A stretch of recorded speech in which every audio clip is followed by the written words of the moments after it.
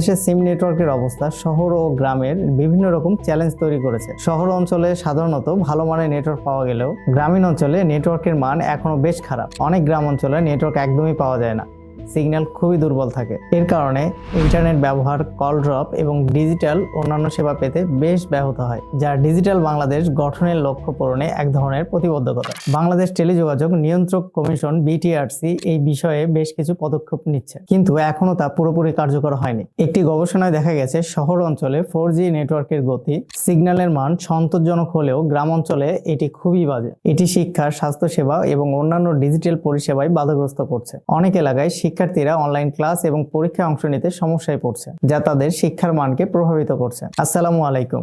আজকে আমরা জানবো কেন আমরা 4G নেটওয়ার্কের ঠিকঠাক গতি পাচ্ছি না, যেখানে পার্শ্ববর্তী দেশ ভারত ইতিমধ্যে 5G নেটওয়ার্কের গতি নিয়ে এগিয়ে চলছে। এর মূল কারণ কি এবং কি হতে পারে এটির সমাধান? আমাদের দেশে প্রধান মোবাইল অপারেটর হিসেবে আছে গ্রামীণফোন, রবি, এয়ারটেল, বাংলালিংক এবং সরকারি প্রতিষ্ঠান টেলিটক। কিন্তু প্রশ্ন হলো তাদের নেটওয়ার্কের মান কতটুকু সন্তোষজনক? বিশেষ করে গ্রামীণ অঞ্চলে ঠিকঠাক ইন্টারনেট সেবাও ঠিকভাবে পাওয়া যায় না। এখন এই সমস্যার মূল কারণগুলো কি? প্রথমে আসি অবকাঠামো এবং টাওয়ারের ঘাটতি। পর্যাপ্ত টাওয়ার এবং ফাইবার অপটিক কেবলিং না থাকায় নেটওয়ার্ক ঠিকভাবে পৌঁছাচ্ছে না। আরেকটি বড় কারণ হলো পর্যাপ্ত বিনিয়োগ না করা। অনেক কোম্পানি যেখানে বেশি সুবিধা দিচ্ছে, সেখানে আমাদের দেশের অপারেটররা নতুন প্রযুক্তির জন্য পর্যাপ্ত বিনিয়োগ করতে পারছে না। এত সমস্যার পরেও আমরা কিন্তু প্রচুর টাকা খরচ করে মিনিট এবং ইন্টারনেট কিনছি। অনেক ক্ষেত্রে প্যাকেজের দাম বেশ চড়া, অথচ আমরা সেই অনুযায়ী নেটওয়ার্কের মানসম্মত রেজাল্ট পাচ্ছি না। অন্যদিকে পাশের দেশ ভারত এই দামে 5G ইন্টারনেট সুবিধা পেয়ে যাচ্ছে। এটা সত্যিই হতাশাজনক। আমরা টাকা খরচ করছি ঠিকই,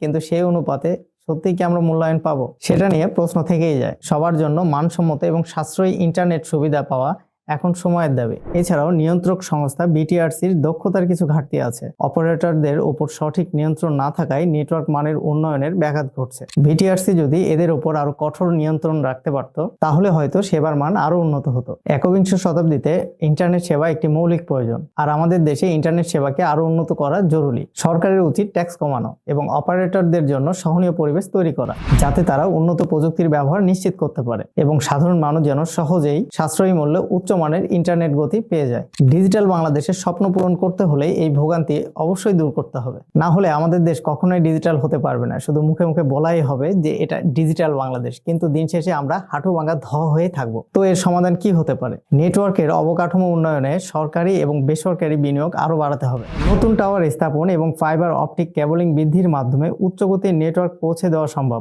দ্বিতীয়ত, আধুনিক প্রযুক্তি যেমন 5G চালুর জন্য প্রস্তুতি নেওয়া দরকার, যাতে ভারত সহ অন্যান্য দেশের সাথে তাল মিলিয়ে চলা যায়। আমাদের দেশে যদি এসব উদ্যোগ নেওয়া হয়, তাহলে আমরা দ্রুত উন্নতির দিকে এগিয়ে যেতে পারবো। ইন্টারনেট সেবা ছাড়া বর্তমান যুগে প্রযুক্তির সাথে তাল মিলিয়ে চলা অত্যন্ত কঠিন। ইন্টারনেটের মাধ্যমে আমরা গ্লোবালাইজেশনের অংশ হয়ে উঠেছি এবং প্রযুক্তিগত উন্নতির সুফল আরো বেশি করে পেতে পারছি। এই জন্য ইন্টারনেট সেবা সকলের কাছে সহজলভ্য এবং সাশ্রয়ী করা অপরিহার্য, যাতে প্রতিটি মানুষ এর প্রযুক্তির সুবিধা নিতে পারে। আমাদের ইন্টারনেট সেবার মান উন্নয়নে আপনার মতামত কি?